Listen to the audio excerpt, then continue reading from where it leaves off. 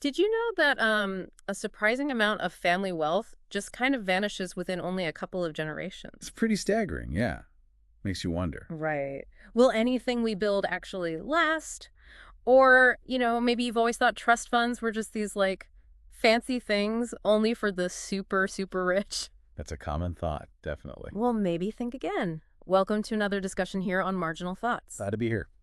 Today, we're really getting into the basics of trust funds. What are they? How do they actually work? And um, why understanding them might be way more relevant to you than you think. Yeah, our goal today is simple. Just provide a really clear, accessible understanding of trust funds, especially if you're maybe new to this whole idea. Right. We want to kind of demystify them a bit and explain their basic role in, well, managing and protecting assets for the future. Mhm. And that's important for everyone, not just billionaires. Okay, perfect. So let's get straight to it then. In really simple terms, what is a trust fund? Like, imagine someone's listening who's never even heard that term properly before. Okay, simply put, a trust fund involves assets, Mhm. things like money, property, maybe investments. Mhm. And these assets are held within a specific legal arrangement, which is called a trust. Ah, okay. This arrangement is set up to benefit someone else. So the fund part is just the assets themselves, sitting inside this legal structure that's designed to manage them based on specific instructions.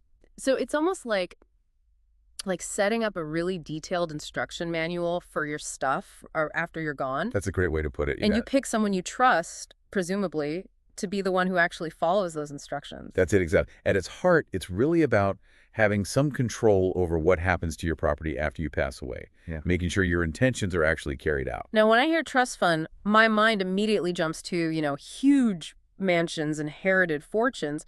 But you're saying, and the info suggests, this isn't just a tool for the mega wealthy. Absolutely correct. Okay. Think about what Benjamin Franklin said. The only things certain in life are death and taxes. Right. Cheery thought. Well, yeah. Yeah.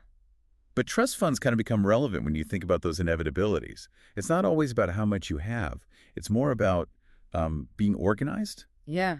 thoughtful planning, Okay. and potentially preventing complications or, big family arguments down the line over who gets what. Oh, yeah. I can definitely see how having a clear plan avoids a lot of potential headaches.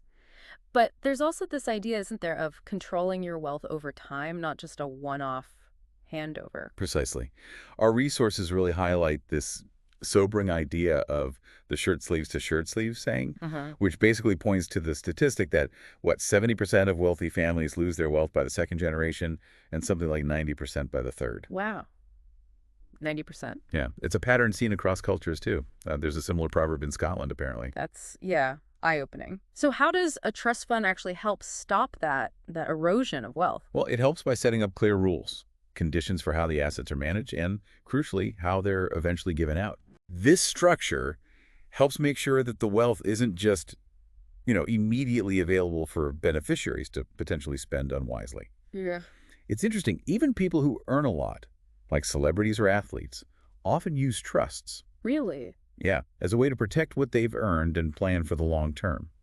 Shaquille O'Neal even talked about making his kids show him business plans before they access funds. Huh. Okay, that's practical. So who are the main people involved? It sounds like there are a few key roles in this whole setup.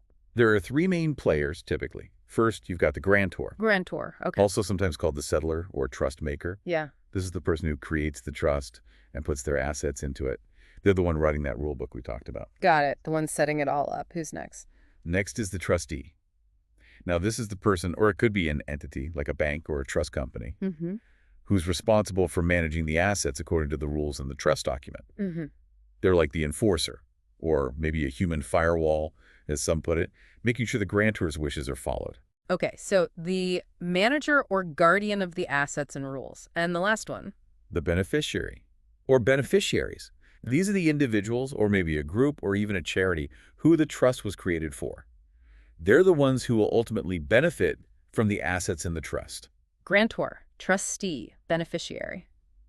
Okay, so if someone listening is thinking, maybe this is something I should look into, what are the basic steps? How do you actually set one up, roughly?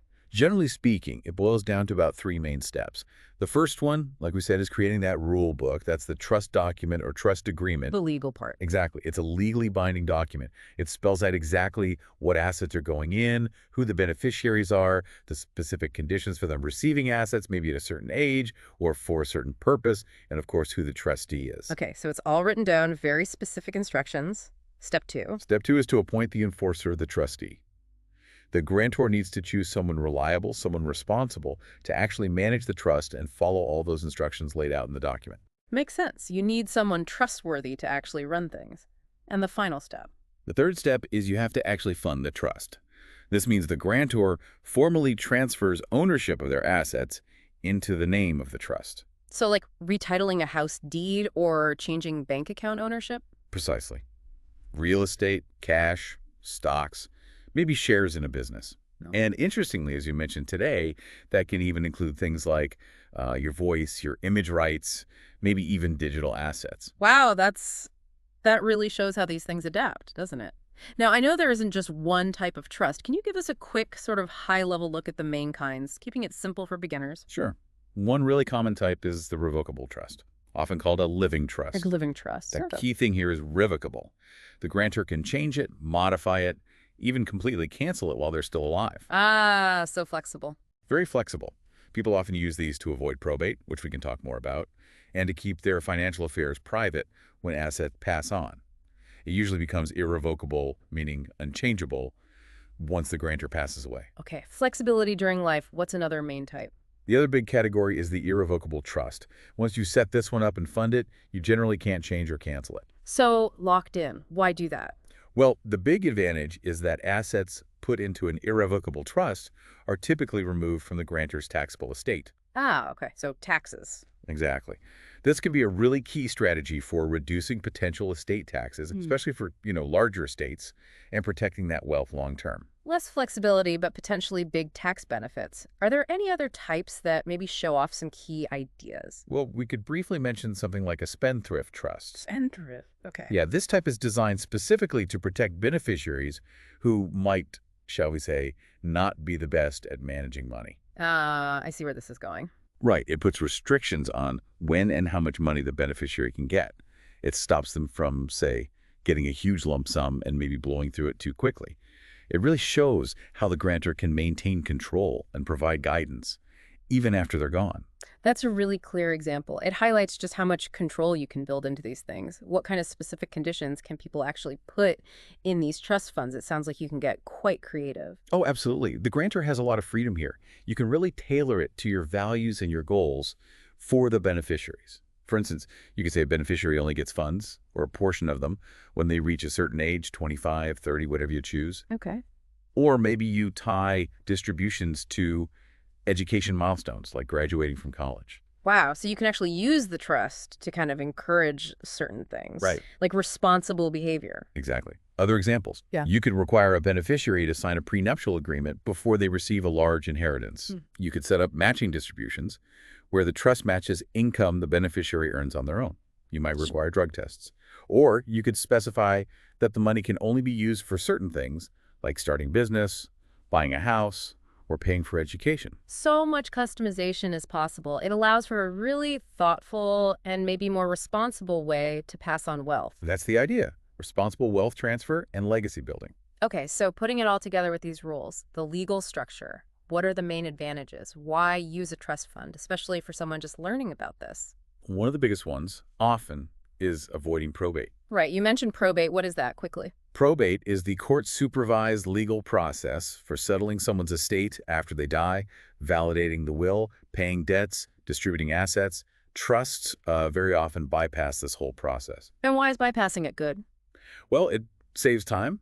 Probate can take months, even years. It saves money, legal fees, court costs, and it keeps your financial matters private, whereas probate is usually a public record. Avoiding all that legal hassle definitely sounds good. What else? Well, like we touched on with irrevocable trusts, there could be real estate tax reduction benefits. For larger estates, this can save a significant amount of money that would otherwise go to taxes. Okay, so protection from legal processes and potentially taxes. What about just directing where the money goes? Yeah, control over asset distribution is absolutely key. The grantor decides exactly when and how beneficiaries get the assets. Even long after the grantor is gone, you just don't get that level of detailed, long-term control with a basic will. And I think you mentioned protection earlier, too. Yes, asset protection. Certain types of trusts, particularly irrevocable ones, can offer some protection for the assets from potential lawsuits or creditors aiming for the grantor, or sometimes even the beneficiary. Okay. And maybe the most fundamental reason for many people is ensuring financial security for loved ones, making sure they're taken care of exactly how you want them to be. And as we saw with spendthrift trusts, sometimes that includes protection from the beneficiaries themselves if maybe they aren't great with money. Right. So people hear about wills, too. Both deal with assets after death. What's the main difference a beginner should grasp between a trust and a will? I think the simplest key difference for someone starting out is trusts often avoid that court process, probate. Wills generally have to go through probate. That seems like a pretty big difference in terms of time, cost, and privacy. Now, are trusts still mostly for the very rich, or are everyday people using them more now? It seems like, yeah, more and more middle-class folks are using them. Often the main drivers are wanting to avoid probate and having more control over how assets pass to their kids or other loved ones. Okay. It really boils down to planning ahead, making sure your wishes are followed, and it doesn't necessarily depend on having a massive estate. That's really good to clarify. It helps bust that myth that they're only for the super wealthy. Are there other common myths or misunderstandings we should address? Yeah, that whole trust fund baby image, someone living entirely off inherited wealth, never working. It's a popular stereotype. Mm. But the reality is, people who benefit from trusts are still a pretty small part of the population.